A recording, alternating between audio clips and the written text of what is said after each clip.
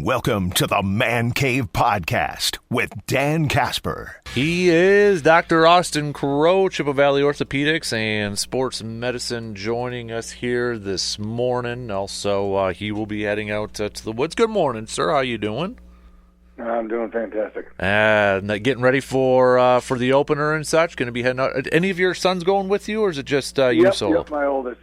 Kellen will be heading out with me. So hopefully we both get lucky, but time will tell. Exactly. So, well, before you head out to the woods, let's catch up on a couple things here.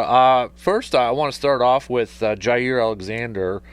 He played 10 snaps in the game against Chicago and then had to pull himself out. We didn't really know what was going on, but he finally revealed it yesterday to the media that he's got a torn PCL. He said he tore it, or it was in that Jacksonville game where he kind of came up limping in the end zone. And then he said he re-aggravated it again in Chicago. But it sounds like he's not done for the year. Now, when you hear a torn knee ligament like that, I think a lot of people just assume you're done for the year. Why is this potentially different for Jaire? Yeah, so the PCL is, the lesser-known twin to the ACL. So the ACL is the anterior cruciate ligament, the PCL being the posterior cruciate ligament. So they sit kind of in the cross-section right in the center part of the knee. Cruciate is actually Latin for cross. That's where it gets its name. So they sit right next to each other. There's an important distinction with the PCL. There's a synovial layer that makes the PCL extra articulate, meaning outside the joint. So its ability to heal is much, much higher than the ACL. So we often are able to treat PCL injuries conservatively, meaning bracing, time, etc. So that being said, high-grade PCLs still often do require reconstruction. So my guess is that his is going to be a grade 1 or grade 2 sprain, which does mean there's tearing. So, he can say, truthfully, I tore my PCL, and it could be a grade 1 or grade 2 sprain. If it was a complete PCL, so a grade 3, my suspicion is he wouldn't have been trying to run at the 3-week mark, because that's all it was. I think it was about 3 weeks off. So I think it would be tough for him to come back in that timeline. So my guess is we're talking a high-grade partial. So a lot of times what we'll do is exactly what he did is you'll give it some time, give it some rest. They try to run on it and see how it feels, and if it feels okay, they get back out there. But sometimes this kind of thing happens where they feel like they're ready.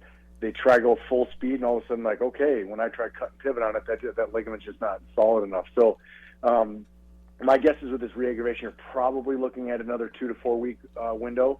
So ultimately, you'd be looking at a total of 4 to 6 weeks off, which is pretty standard for these type of injuries. So whether it's a high-grade MCL or a PCL like this, you're probably looking at something along those lines. So, but as opposed to the ACL, when that's torn, usually it tears completely. The PCL often is a partial. So I think, again, the distinction is it's likely not a complete, and being the fact that it's outside the joint, it does have a much higher ability to heal. So those are the factors that are coming into play. So I think there's a good chance he avoids surgery, but it still is likely going to be another couple weeks. So, I know when he that Jacksonville game, when the end zone, and he was running in there and he kind of came up limp and he was limping like that, would that be, because just where the PCL is, would that have almost been like a hyperextension of his knee is how he sprained it or tore it? Because it was just kind of weird. He was running and then all of a sudden he just kind of came up limping over there.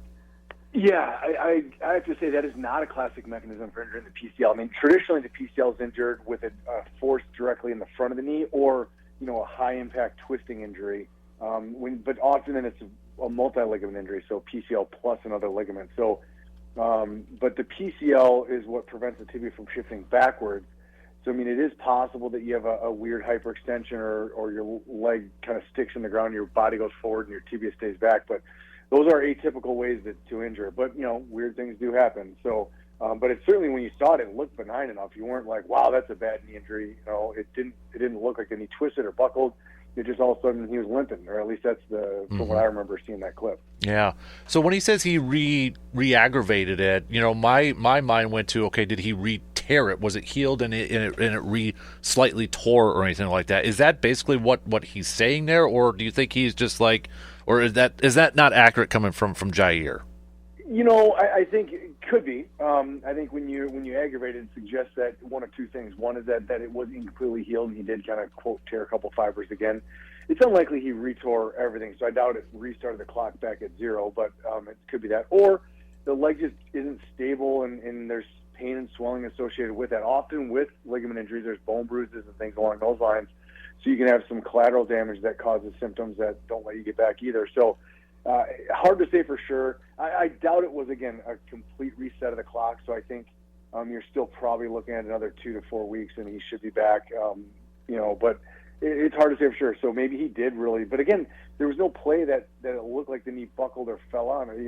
Went underneath him. It just was kind of like, oh, he's off the field and he's limping. So my hope is for him that it's not anything serious, like a real significant re-injury, just kind of aggravated, or the knee wasn't just ready to go. Staying with that game, Brock Purdy has been limited in practice, and there's some conspiracy theorists out there saying since he didn't do his usual media day yesterday, does that mean he's not going to play? They're just calling it a soreness in his throwing shoulder over there.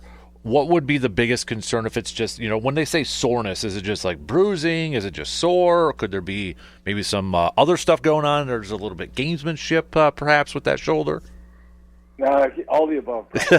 So, when you look at a sore shoulder, it could be darn near anything. Obviously quarterbacks take hits, so you could be talking about just a direct contusion, mild AC sprain, something along those lines. You also, with throwing, you do open up the possibility of irritation of the rotator cuff, the biceps, things along those lines.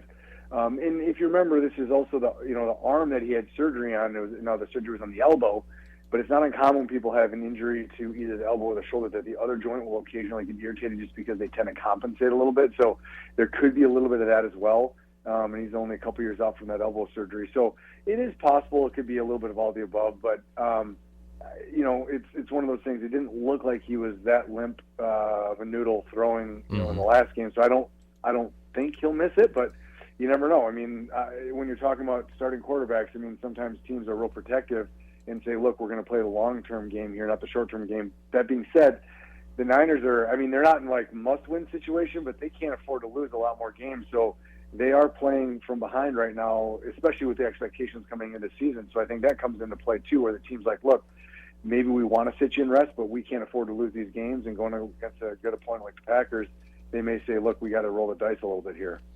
Staying within the division, but with the Lions, I don't know if you saw the video the other day, but Aiden Hutchinson was already walking in the pool without a brace after suffering that gruesome leg injury. Is that kind of a typical timeline for that? Because, when we see that injury and we hear about it, we think it's like, oh, man, that's going to be a while. Dude's already walking in a pool without a brace. Is that typical for that type of injury? It actually is. I know it's pretty amazing. So the fracture like that, and I think we touched on this, is that it looks horrific. But in a lot of ways, this is going to heal more predictably and more reliably than a lot of other knee injuries or ankle injuries, because ligament-based ones just take a lot longer. So I can almost guarantee he had a rod put in the leg. So they make a little incision right above the knee, and we slide a titanium rod inside the bone and then lock it with screws above and below the break. And depending on the fracture pattern, it's often very stable. So the rod kind of fills up the inner part, so the bone, the ends basically bump against each other. So we allow people to walk very early. So there are tibia fractures where we'll rod them, and right off the bat, we let them put full weight on it. And so now it's going to hurt, so they're not going to be walking normally. And certainly he's not a small guy, so that's going to be a lot of stress going through there. But yeah, to be putting some weight on it at this point, not surprising at all. I expect him to bounce back completely from this injury and do great, unless there was some other associated injury that we don't know about. But it's unlikely that looks like it's going to be a nice, solid tib-fib fracture. Again, they look horrific. Not to say it's fun to go through that, so anyone out there who has knows it's not fun, but they usually heal pretty dang well. Interesting. And then staying with the Lions, one of their linebackers, Alex Anzalone, broke his forearm. Dan Campbell said about 6 to 8 weeks. I guess my question is, because we've talked a lot about with broken bones, is the forearm, one of those locations where there's good blood supply so that he could heal up and return for this year?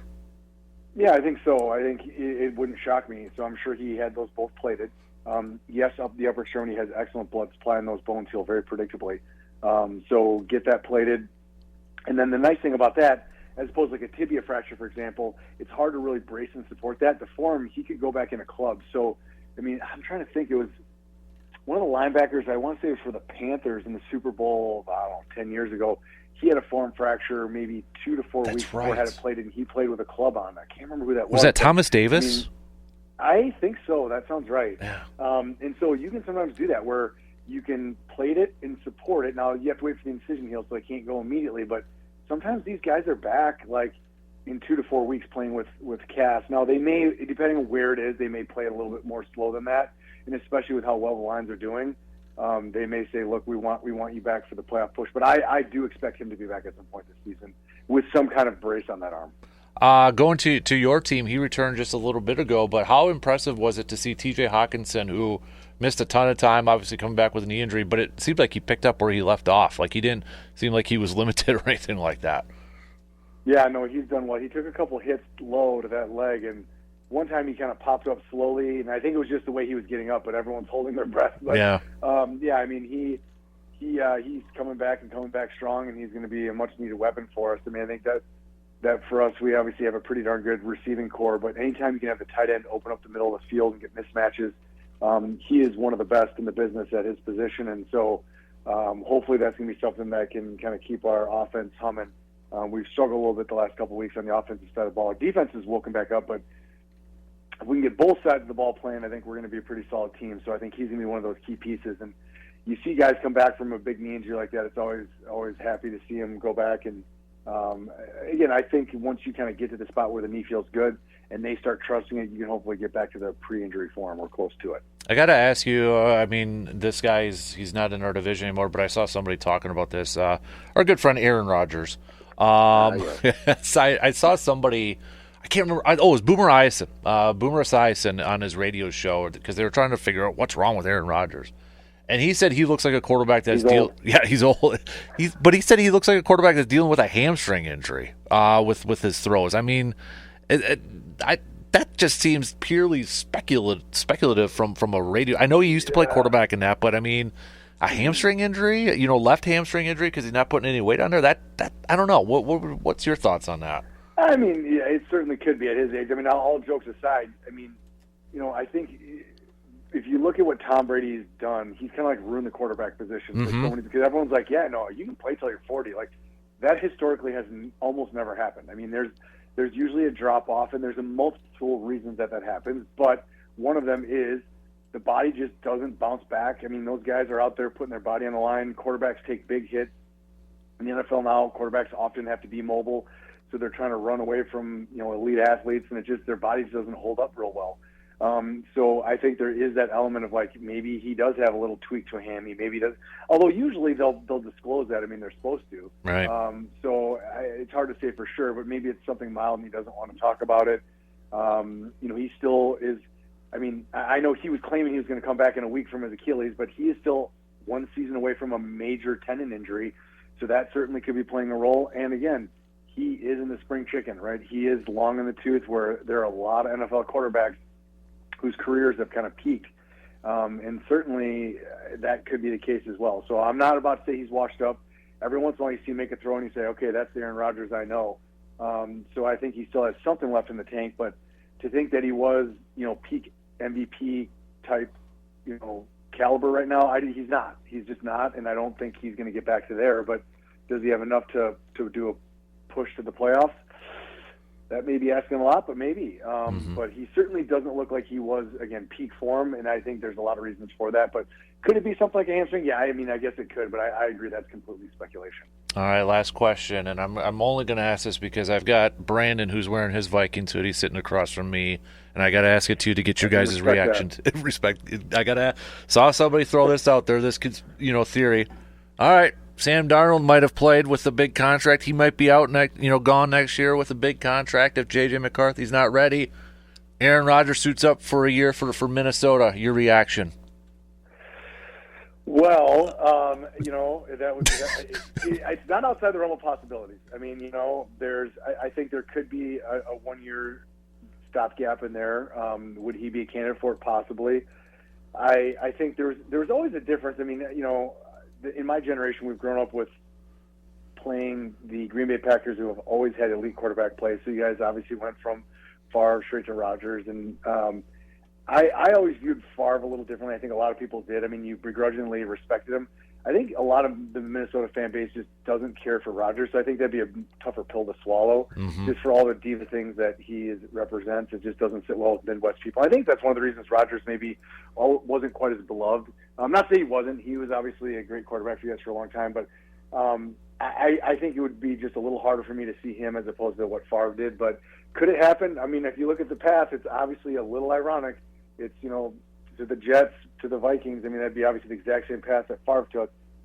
So I guess I don't know if I'd love it, but you're right. At this point, if Darnold keeps playing this way, he's going to expect a big contract. I don't think we want to do that and have JJ, who's the heir apparent, in waiting in wings. So there may have to be a stopgap. So it's a possibility, but I don't know. Yeah, we'll just say we'll say Brandon was not in favor of that. So we'll put it. I'd say I lean that way too.